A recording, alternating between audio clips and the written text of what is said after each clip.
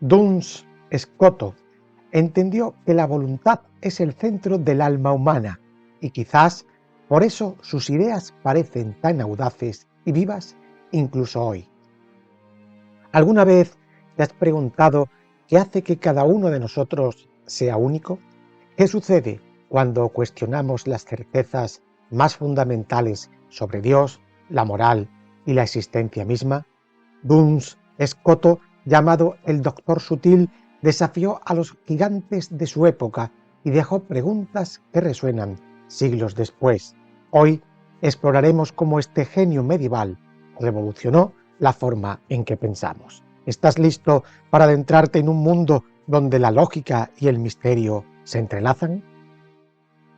Juan Duns Scoto nació en el pueblo de Duns, de ahí su nombre, ubicado en la región de Bordes, al sur de Escocia, en 1266. Este pequeño pueblo, cercano a la frontera con Inglaterra, dio su nombre al futuro teólogo, quien sería conocido como Duns Scoto. Pertenecía a una familia modesta y no se sabe mucho sobre su infancia, salvo que mostró un temprano interés en el estudio y una notable habilidad intelectual. En una época en la que la alfabetización era un privilegio reservado a unos pocos, su familia debió identificar su potencial y buscar oportunidades para que continuara su educación. En 1278, siendo aún un adolescente, Duns Scoto entró en la orden de los frailes menores, los franciscanos. Este fue un paso decisivo en su vida, ya que los franciscanos no solo le ofrecieron una formación religiosa sólida, sino también el acceso a un sistema educativo riguroso que le permitió desarrollar su talento intelectual. Durante su noviciado y los primeros años como fraile, Scoto se dedicó al estudio de las escrituras y a las obras de los padres de la Iglesia, que sentaron las bases de su posterior desarrollo teológico y filosófico. La vida en la orden franciscana también influyó en su visión del mundo, marcada por un profundo compromiso con la espiritualidad de Francisco de Asís, que enfatizaba la pobreza, la humildad y la contemplación divina. Esta perspectiva religiosa se reflejaría mucho más tarde en sus escritos y en su defensa apasionada de ciertos dogmas católicos, como la Inmaculada Concepción. A finales de la década de 1280, Duns Scoto fue enviado a Oxford, uno de los principales centros de aprendizaje en Europa en aquella época, para continuar su formación académica. Allí estudió bajo la dirección de destacados intelectuales franciscanos, lo que le permitió acceder a las corrientes más avanzadas de pensamiento escolástico. Durante este periodo se familiarizó con las obras de Aristóteles, Agustín de Hipona y Tomás de Aquino, cuyas ideas influirían en su propio desarrollo filosófico y teológico. En 1291 fue ordenado sacerdote en Northampton, en Inglaterra, lo que marcó un hito importante en su vida religiosa. Como sacerdote, asumió responsabilidades pastorales mientras continuaba su intensa formación intelectual. Este equilibrio entre la vida espiritual y académica sería una característica distintiva de su carrera. A finales de la década de 1290, comenzó a enseñar en la Universidad de Oxford, donde pronto ganó una reputación como un maestro brillante y un pensador profundamente original. Su habilidad para analizar cuestiones complejas y presentar argumentos sutiles le valió el título de Doctor Sutil. Durante este tiempo también enseñó en Cambridge, dividiendo su tiempo entre ambas universidades. Aunque Oxford fue su principal lugar de actividad, su paso por Cambridge contribuyó a consolidar su reputación académica en Inglaterra. En estos años, Scoto participó en debates teológicos y filosóficos que reflejaban las tensiones intelectuales de su época. Uno de los temas centrales de estos debates fue la relación entre la fe y la razón, un problema que estaba en el corazón de la escolástica medieval. Aunque todavía estaba en las etapas iniciales de su carrera, Duns Scoto mostró una capacidad excepcional para abordar cuestiones teológicas y filosóficas de manera innovadora. En 1302 fue enviado a la Universidad de París, que en ese momento era el epicentro del pensamiento escolástico en Europa. Allí continuó su enseñanza y comenzó a trabajar en sus comentarios a las sentencias de Pedro Lombardo, una tarea que era un requisito para cualquier teólogo que aspirara a una posición de prestigio en el mundo académico. Estos comentarios, aunque inacabados en vida, se convertirían en una de las principales fuentes para entender su pensamiento. El traslado a París también lo colocó en el centro de una controversia teológica importante. En 1303, durante el conflicto del Papa Bonifacio VIII y el rey Felipe IV de Francia, Scoto tomó partido por el Papa, lo que lo llevó a abandonar París temporalmente debido a la presión política. Sin embargo, regresó poco después y retomó su labor académica con renovado vigor. Uno de los momentos más destacados de la vida de Duns Scoto fue su defensa de la doctrina de la Inmaculada Concepción, que sostenía que la Virgen María fue concebida sin pecado original. Esta doctrina no había sido formalmente aceptada por la Iglesia en su tiempo y era objeto de debate entre los teólogos. Scoto presentó un argumento innovador basado en la omnipotencia y bondad de Dios, que desempeñó un papel crucial en la eventual proclamación de la Inmaculada Concepción como dogma en 1854. En 1307, Duns Scoto fue trasladado a Colonia, en Alemania, donde continuó enseñando y escribiendo hasta su muerte. Este traslado, ordenado por la jerarquía franciscana, probablemente tenía como objetivo consolidar la influencia de la orden en la región. En Colonia, Scoto se dedicó a formar a una nueva generación de frailes en el pensamiento escolástico, dejando un legado duradero en la comunidad intelectual y religiosa. El 8 de noviembre de 1308, Duns Scoto murió repentinamente en Colonia, a la edad de 42 años. Las circunstancias exactas de su muerte no están claras y algunos relatos sugieren que podría haber sido resultado de una enfermedad repentina. Fue enterrado en la iglesia franciscana de Colonia, donde su tumba se convirtió en un lugar de veneración. En 1993, Duns Scoto fue beatificado por el Papa Juan Pablo II, quien reconoció su santidad y su contribución a la teología católica. Aunque su obra teológica y filosófica es lo que lo ha hecho famoso, su vida también es un testimonio de su compromiso con la búsqueda del conocimiento y la verdad, así como de su dedicación a la vida religiosa. Duns Scoto no dejó solo una huella imborrable en el mundo académico, sino que también sirvió como modelo de integración entre la fe y la razón. La vida y la obra de Duns Scoto se desarrollaron en un periodo particularmente dinámico de la historia medieval, conocido como la Alta Escolástica. Este contexto estuvo marcado por un auge del pensamiento filosófico y teológico en Europa, donde los monasterios, catedrales y universidades eran los centros principales de conocimiento. Comprender el entorno cultural, filosófico y las influencias que moldearon a Duns Scoto es fundamental para apreciar el impacto de su pensamiento.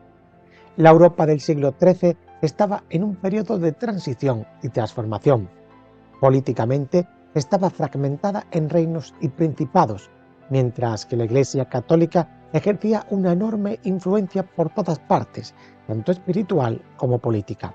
Este periodo también vio un notable crecimiento económico, el resurgimiento de las ciudades y la expansión del comercio, factores que propiciaron el desarrollo cultural y académico. El auge de las universidades fue uno de los fenómenos más destacados de este contexto.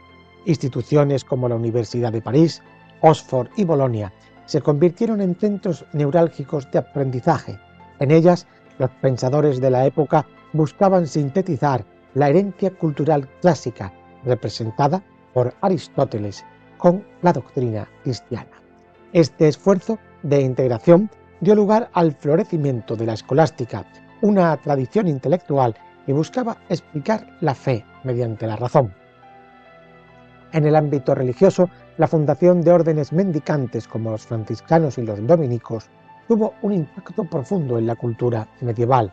Los franciscanos, a los que pertenecía Duns Scoto, enfatizaban la pobreza, la humildad y la vida apostólica, pero también se comprometieron activamente con la vida intelectual.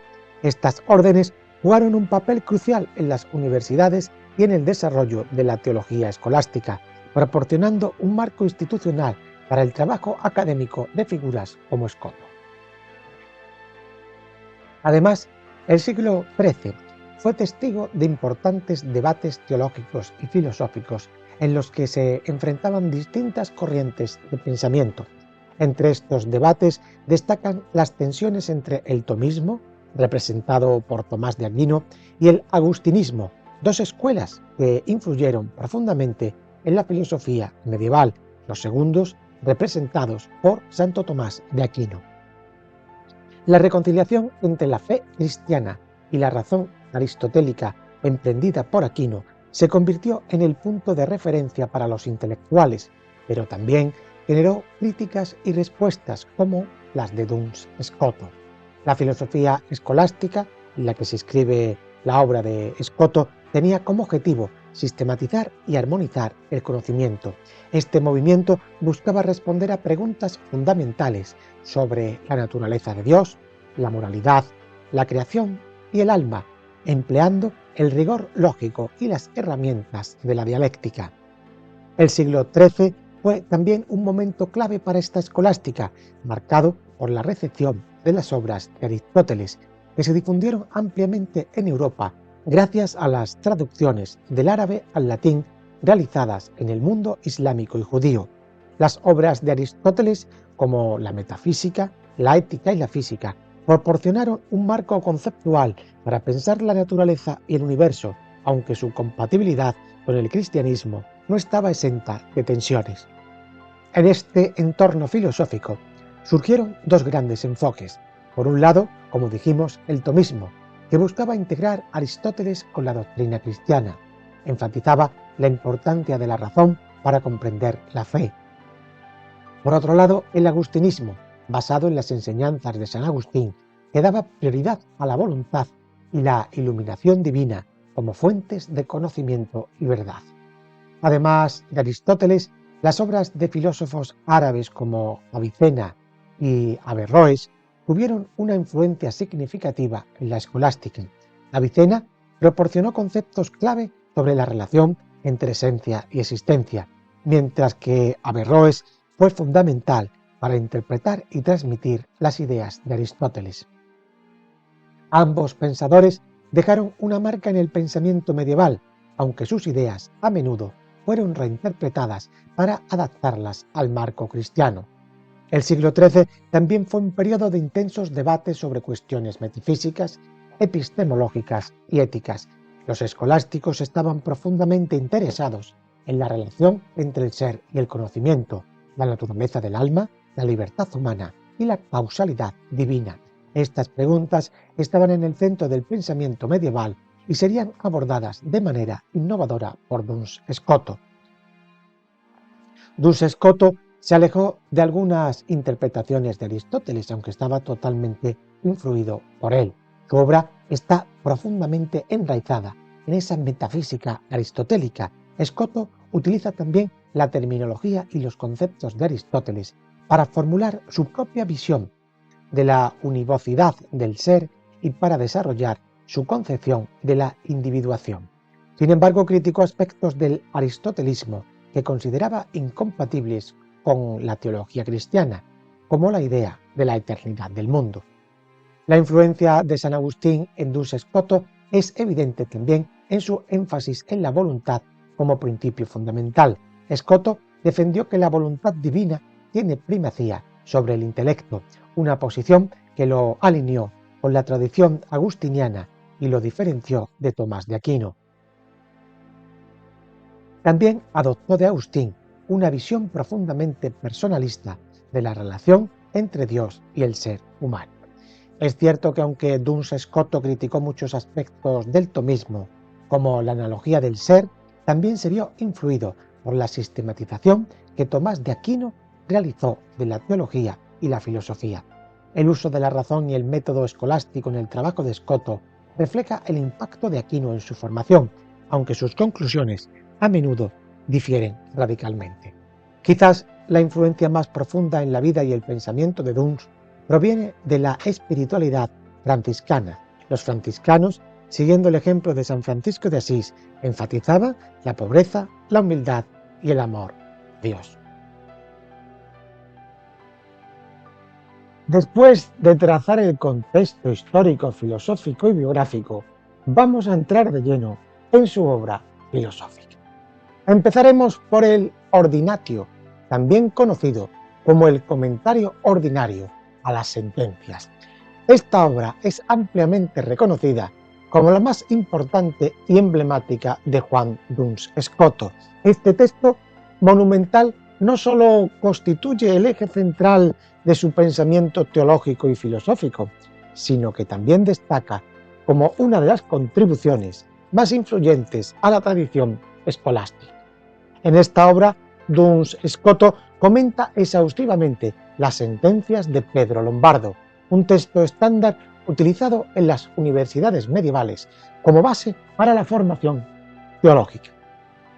A través de su análisis, Scoto no solo interactúa con las ideas de otros grandes pensadores de su tiempo, sino que también desarrolla sus propias doctrinas innovadoras que dejarían una huella duradera en la historia del pensamiento.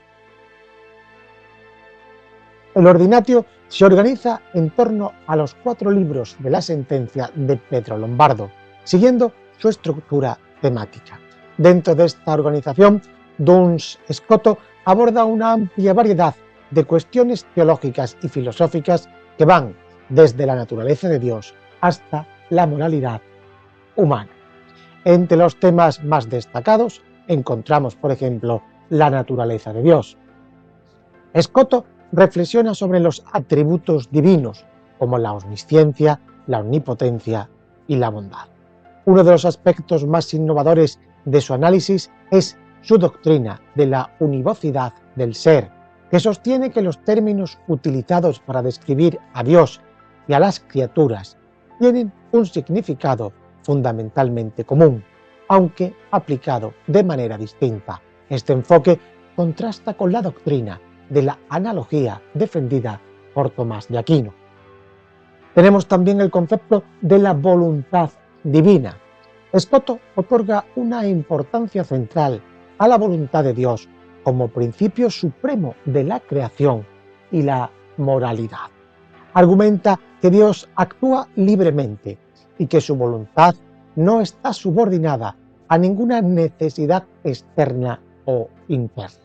Este énfasis en la libertad divina influye en su concepción de la moralidad, que considera basada en la voluntad de Dios más que en la razón. Encontramos también su filosofía sobre la creación, en la que explora la relación entre Dios y el mundo creado, enfatizando que toda la existencia depende completamente de la voluntad divina. Discute cuestiones como la causalidad, el tiempo y la finalidad en el contexto de la creación.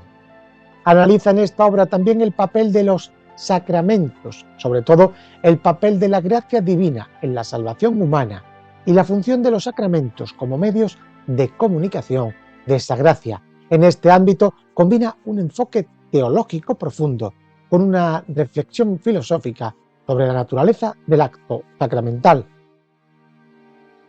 Scoto también plantea la controversia entre filósofos y teólogos, que para él se centra en cómo alcanzar la felicidad perfecta, el fin último del hombre. Para Scoto, los filósofos confían únicamente en la razón natural y consideran que la felicidad proviene de la contemplación de la verdad a través de las ciencias teóricas. En cambio, los teólogos guiados por la revelación poseen una visión más completa al reconocer los límites de la razón Scotto argumenta que la verdadera filosofía no excluye la dimensión sobrenatural, pues sólo mediante la revelación el hombre comprende sus potencialidades más profundas y trasciende su naturaleza finita.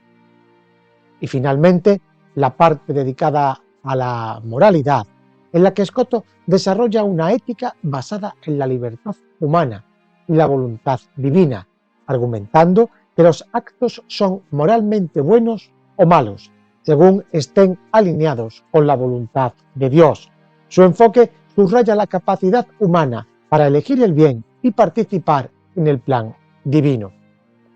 El ordinatio es notable no solo por su amplitud de temática, sino también por la profundidad y originalidad de las ideas que introduce. Por ejemplo, hemos citado antes la univocidad del ser.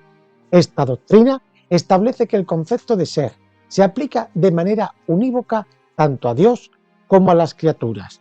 Aunque la esencia divina y la existencia creada son radicalmente diferentes, Scotto sostiene que el término ser tiene un significado común en ambos casos. Este enfoque desafió la noción de analogía defendida por Tomás de Aquino y tuvo un impacto significativo en la filosofía posterior, preparando el terreno para el pensamiento moderno. También destaca su teoría de la aetheidad.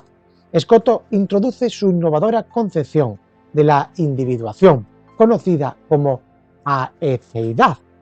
Según esta teoría, lo que hace que un individuo sea único no es simplemente la materia o la forma, sino un principio intrínseco que lo distingue de todos los demás. Esta idea tuvo una profunda influencia en la metafísica y la filosofía del ser. Un ejemplo para entender la aetheidad sería imaginarnos dos objetos que parecen exactamente iguales, como dos manzanas de la misma forma, tamaño y color. Según Scotto, hay algo especial y único en cada una que las hace diferentes en cada una de las manzanas, incluso si no lo puedes ver a simple vista. Ese algo es su aetheidad o esteidad, lo que las hace ser esa manzana en particular y no otra. Scotto dice que lo que nos hace únicos no es solo nuestro cuerpo, la materia, o nuestra personalidad o habilidades, la forma, sino un principio más profundo que está dentro de nosotros y que nos distingue de todos los demás. El voluntarismo divino es otra de las doctrinas más características e influyentes de Duns Scotus. Esta doctrina sitúa a la voluntad de Dios como el principio supremo de todas las cosas y por encima del intelecto, lo que tiene profundas implicaciones para la metafísica, la ética y la teología. Scotus contrasta con la posición de otros escolásticos, como Tomás de Aquino, quienes enfatizaban la primacía del intelecto en la naturaleza divina. El voluntarismo divino surge en el marco del intenso debate escolástico sobre la relación entre la voluntad y el intelecto en Dios. Este debate estaba profundamente influenciado por Aristóteles, Agustín de Hipona y por las tradiciones árabes. Mientras Aristóteles consideraba el intelecto como la facultad suprema tanto en Dios como en los seres humanos, San Agustín y los pensadores de la tradición agustiniana daban un lugar destacado a la voluntad como fuente de amor y libertad. Duns Scotus, dentro de la tradición franciscana, adopta y amplía esta perspectiva agustiniana. Para él, la voluntad de Dios no es solo el atributo central de la divinidad, sino que también es la clave para entender la libertad divina, la creación, la moralidad y la relación de Dios con el mundo. El voluntarismo divino sostiene que la voluntad de Dios es absolutamente libre y suprema.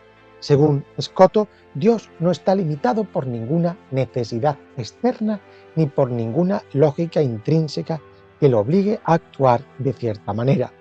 Esto implica que las decisiones divinas, incluida la creación del mundo y las leyes morales, son producto de una elección libre y soberana, no de una determinación racional o lógica persistente. En la naturaleza divina, Scotus argumenta que la voluntad tiene primacía sobre el intelecto. Esto significa que aunque el intelecto de Dios conoce todas las posibilidades y verdades. Es su voluntad la que decide cuáles de estas posibilidades se hacen realidad. La voluntad de Dios es libre, incluso en sus actos más fundamentales, como la creación del mundo o la elección de amar a sus criaturas. Según Scotto, esto resalta la naturaleza infinita y la soberanía de Dios.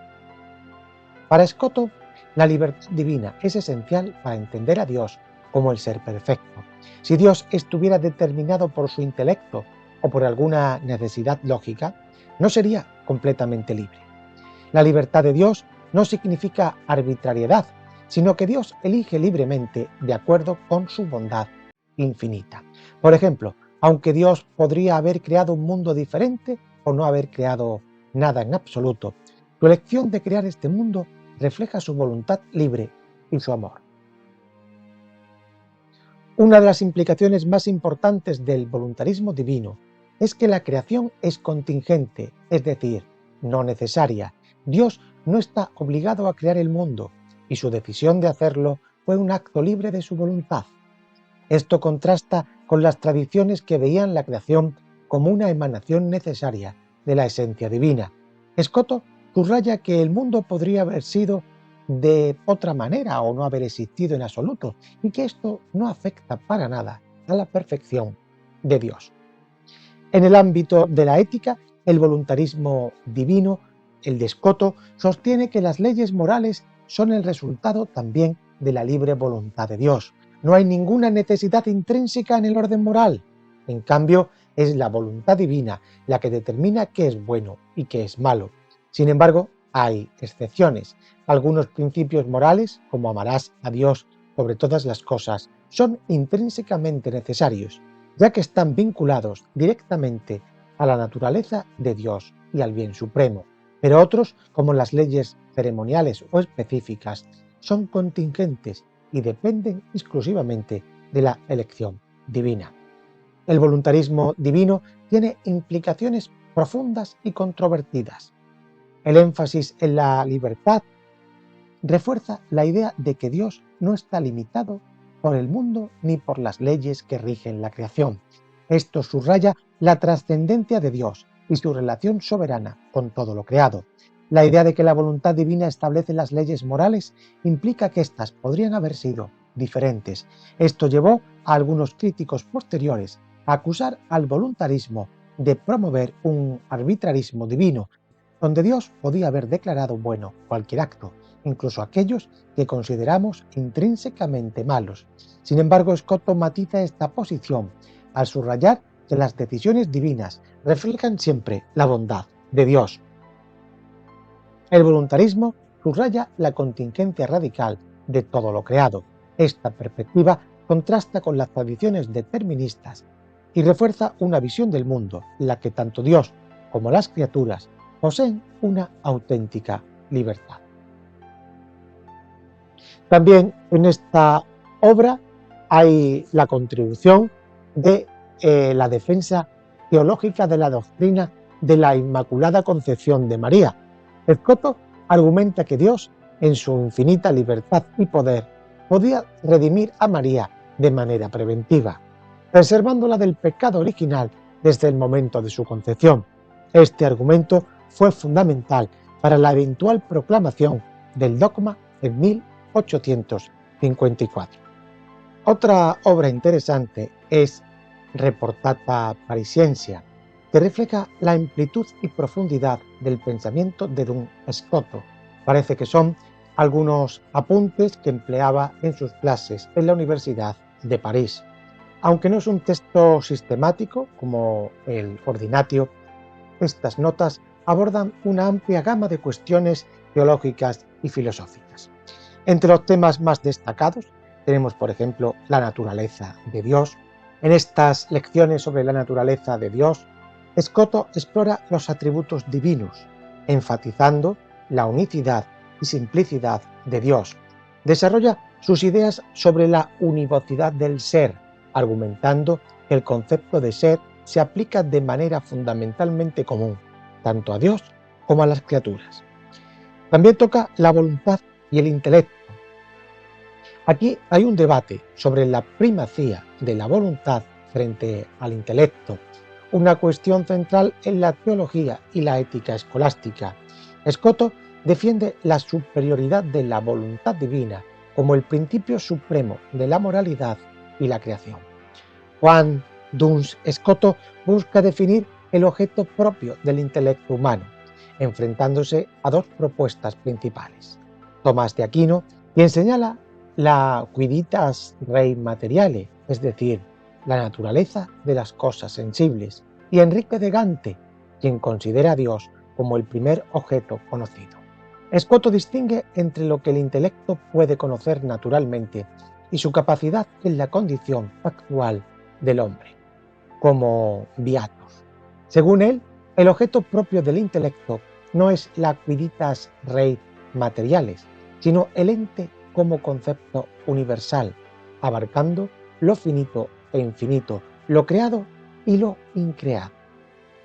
Para Scotto, el concepto de ente es unívoco en el ámbito lógico-semántico, lo que permite aplicarlo de forma coherente a todos los seres. Esta univocidad evita malentendidos en el conocimiento de Dios y fundamenta principios como la no contradicción. Scotto critica la analogía vaga de Enrique de Gante, que podría limitar el entendimiento de Dios. La univocidad asegura que el hombre puede acceder al conocimiento divino sin reducir a Dios a lo creado ni convertirlo en inaccesible. Así, la noción de ente conecta la razón con la teología, fortaleciendo la comprensión de la realidad y de lo trascendente. También toca Scotto cuestiones sobre la causalidad divina, la contingencia del mundo creado y la relación entre la libertad divina y el orden natural. Estas discusiones reflejan su esfuerzo por reconciliar la omnipotencia de Dios con la autonomía relativa de las criaturas. Las reportata incluyen también reflexiones sobre la naturaleza del conocimiento humano, el papel de la iluminación divina y la relación entre la razón y la fe. Estos debates fueron fundamentales en una época en la que la filosofía y la teología buscaban establecer sus respectivos dominios.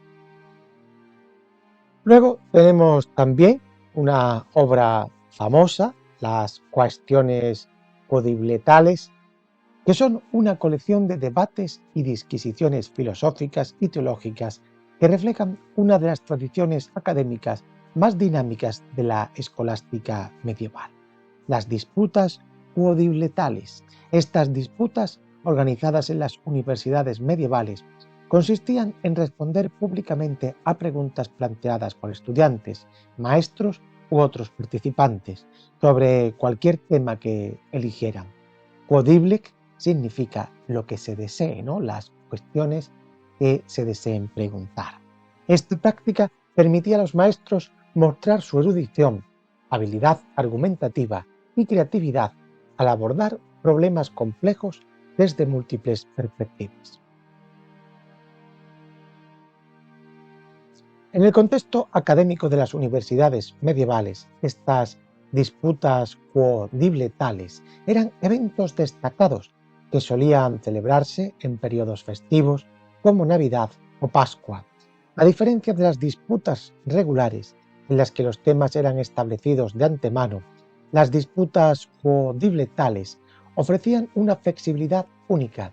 Los participantes podían plantear preguntas sobre teología, filosofía, lógica, ética, derecho o incluso cuestiones prácticas de la vida diaria. Este formato espontáneo y abierto requería que los maestros demostraran un dominio excepcional de una amplia variedad de disciplinas y un pensamiento ágil para responder de manera convincente en tiempo real. Duns Scoto, como uno de los pensadores más destacados de su tiempo, sobresalió en este tipo de disputas. Por ejemplo, tenemos entre algunas de ellas famosas su naturaleza de la libertad divina. Scoto argumenta que la voluntad divina es absolutamente libre y no está limitada por ninguna necesidad, ya sea interna o externa. Este énfasis en la libertad divina es clave para entender su teología, ya que subraya la soberanía de Dios sobre todas las cosas y su capacidad para actuar de manera contingente, es decir, de formas que no están determinadas por ninguna causa previa.